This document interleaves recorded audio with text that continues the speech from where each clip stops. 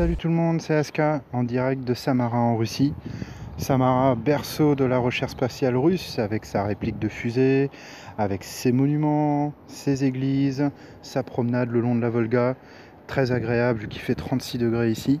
Mais bon, je sais que tout ça vous vous en foutez un peu. Bah oui, bien sûr, on est là pour parler canon, gros obus, gros calibre. Et aujourd'hui en particulier, on va jeter un coup d'œil sur le Ferdinand ou Elephant, le TD Tier 8 allemand.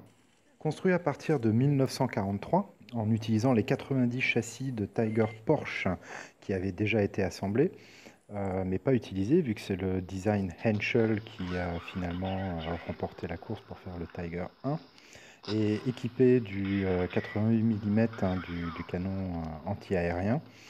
L'obus pesait quand même 22 kg, c'est pour ça qu'un deuxième chargeur a été mis à l'intérieur pour augmenter la cadence. Ce qui est intéressant, c'est qu'il avait les mêmes optiques aussi de visée que le Hetzer, le Stub, donc c'était pas non plus un monstre de technologie. Il a notamment été utilisé à la bataille de Kursk en juillet 1943. Seuls 3 des Ferdinand ont eu le blindage percé. Tous les autres ont soit pété sur des mines ou eu des avaries. Et les 2 derniers ont participé à la bataille de Berlin. Bon, et sur Blitz, ça donne quoi, me direz-vous? Eh bien, écoutez, le Ferdinand est un TD que je trouve très sympa à jouer. C'est celui qui a le plus de points de structure, avec 1200, comparé à l'ISU 152, au T28 et T28 Proto.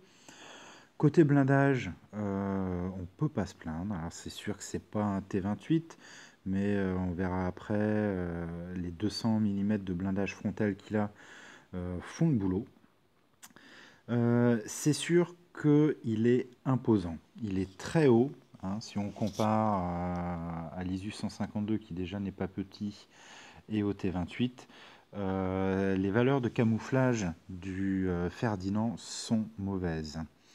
Mobilité, c'est pas terrible non plus. Même l'ISU, qui paraît pato, a des meilleures stats en termes de tenue sur les sols mous je sais pas comment on dit, moyen.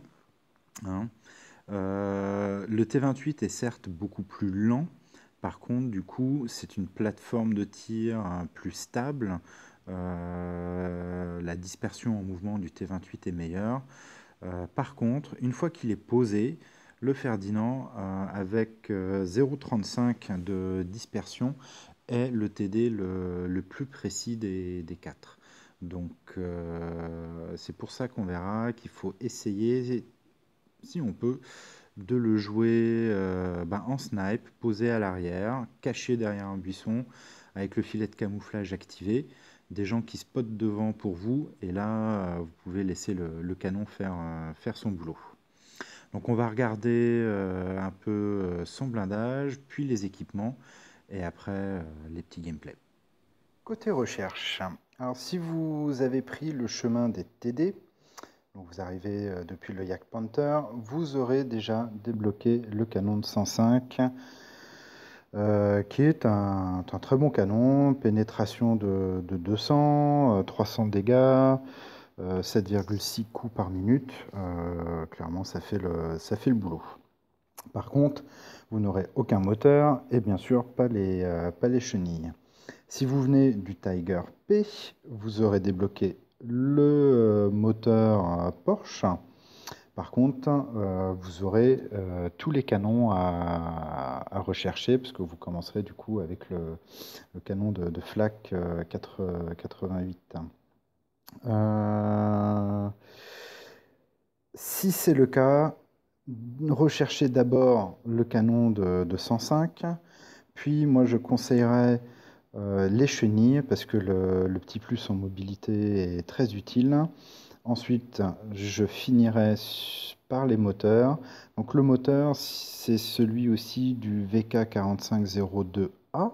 Si jamais vous avez monté cette ligne, vous l'aurez déjà débloqué donc pour le Ferdinand, ou vice-versa. Et je finirai par le canon de 12,8 car oui, il apporte un plus bien sûr en pénétration en alpha, mais le DPM par rapport au 105, la différence est pas énorme. Donc je pense que c'est le dernier point à rechercher. La structure du blindage est très simple. On retrouve les 200 mm à l'avant du châssis qu'on a du Tiger P. On a également les 200 mm sur la casemate à l'avant et tout le reste du char, les flancs, les joues à l'avant, l'arrière sont à 80 mm. Une petite surprise quand même, c'est derrière le cône, la base du canon, on a une plaque de 280 mm, donc très efficace pour faire ricocher des tirs de face si on se les prend sur le mantelet du canon. Face à un lourd de même tir, ici un Tigre 2 équipé de son canon de 105, vous voyez que le blindage ne vous aide pas des masses. Il faudra donc vous angler à peu près de 20-25 degrés. Et vous verrez qu'alors le Tigre 2, en tout cas, n'a qu'une chance sur deux de pénétrer votre casemate. La partie avant, pareil. Le weak spot reste votre bas de châssis, qui est pénétrable avec seulement 133 mm, et bien sûr ces joues sur le châssis qui ne font que 80. C'est bien pour ça qu'il faudra, même si vous êtes anglais, constamment rester en mouvement, avancer, reculer, pour rendre la tâche plus difficile à votre adversaire pour toucher ce weak spot. On est sur un TD lourd, pas très maniable, donc je vous conseille de prendre le télescope, le filet de camouflage, parce que l'idée c'est de tirer sur les autres sans qu'ils vous voient, et bien sûr le fouloir pour le DPM. En termes de consommables, bon, moi j'ai pris le petit kit de réparation, le kit universel et l'adrénaline. À la place du kit de réparation, une très bonne option est aussi le boost moteur pour aller vous positionner ou au cas où vous vous faites tourner autour par un médium, très utile aussi. Avant de rentrer dans le gameplay en soi, un petit rappel sur le camouflage. Là, vous voyez que je suis derrière un buisson opaque. Je tire sur le carré 4, je ne suis pas détecté. Toujours buisson opaque, le T20 lui-même derrière un buisson, je lui tire dessus, je ne suis pas détecté. J'essaye de rester derrière le buisson pour pas que le T20 me voie. Et là, cette fois-ci, par contre, à cause de la dépression du canon, je vais me rapprocher. Le buisson est translucide, je touche le T20 et j'ai été détecté parce que le souffle de mon canon a fait disparaître, on va dire, le buisson.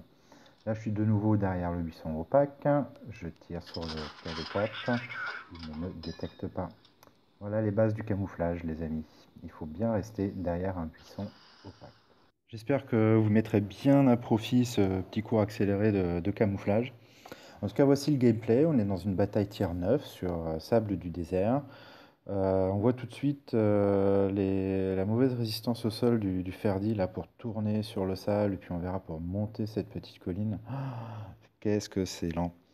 Bon, en tout cas, donc je monte sur la colline avec mon TD parce que je veux avoir un champ de tir dégagé. Je veux éviter d'être détecté, hein, en tout cas par les tirs neufs.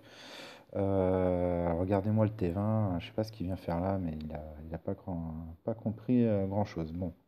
En tout cas, je me mets en position.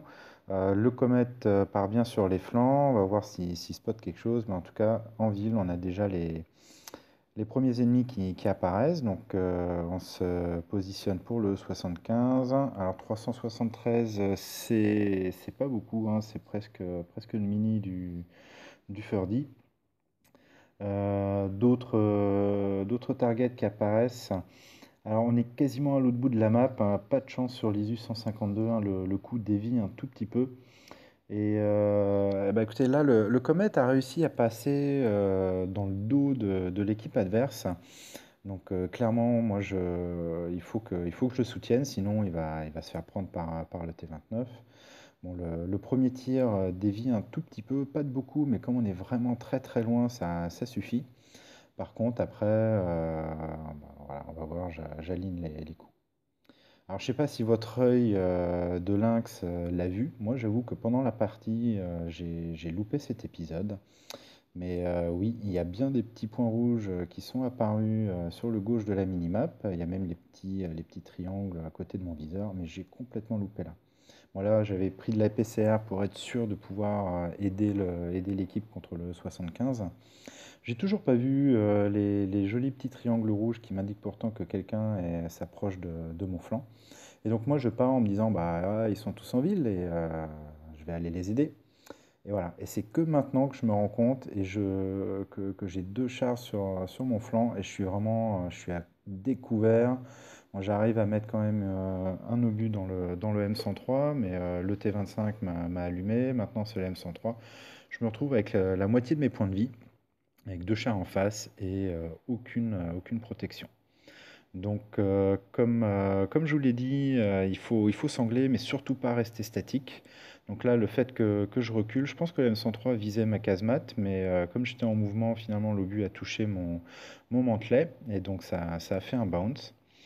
Et ben maintenant, on va jouer au chat et à la souris. Donc là, rechance, il loupe son tir, il tire dans le sol. Maintenant qu'on est en replay, deuxième erreur, j'aurais certainement dû passer à la HE, parce que là, j'essaie de viser sa coupole. Alors, en soi, c'est déjà pas facile, mais j'arrive à le toucher, mais bon, avec les AP, je lui fais rien du tout. Changement de direction, du coup, il loupe son coup. Alors que si j'avais pris de la HE, là, j'ai essayé de toucher, de passer sur les joues du M103. Si j'avais pris de la HE, je vais réussir à finir. Et ben, je lui aurais sans doute tué son chef de char, ou enfin, j'aurais réussi à faire quelque chose. Alors que là, j'aligne les coups, je touche, mais je fais zéro dégâts. Alors bravo Black Prince qui est sorti là comme un homme, un vrai couillu. Enfin, l'OBJ 704 arrive à lui mettre une praline. Et je ne sais pas si vous avez remarqué, mais ça fait au moins le deuxième bounce d'affilée sur le flanc de mon Ferdinand. Donc comme quoi, hein, sangler et bouger. Donc là, en l'occurrence, aller de l'avant. Il n'arrivait pas à aligner le plat de ma casemate et les coups allaient sur le côté, et ce qui provoque le ricochet. Donc il reste que un char ennemi, le STI, c'est tout à fait normal, il va focus le E75. Donc nous, on fonce avec nos 20 km/h pour essayer de grappiller quelques points. Hein. Je pensais vraiment pas que le 75 allait survivre, hein. Surtout que vous allez voir que il sangle pas du tout, il se place même face au STI. Bon, un coup dans le moteur. Bon, dommage, on lui a pas mis le feu. Alors le STI reste focus, il veut prendre son kill, il a bien raison. On lui tire dans les chenilles, mais bon finalement, et on lui met le feu finalement. Mais il utilise son kit de réparation. Et là, je crois qu'il va chercher le comète, le kill facile, alors qu'il aurait peut-être mieux fait de m'aligner moi. Et on arrive à le finir. Donc, vous avez vu, bounce en terrain découvert face à un tir neuf, c'est possible.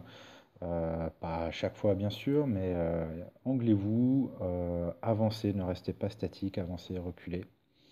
Donc on a quand même fait 4200 points de dégâts, hein, partie sympa. On a touché 16 de nos 18 coups, mais il n'y en a que 10 qui ont pénétré. Hein, ça, c'est tous les tirs qu'on a fait sur le M103.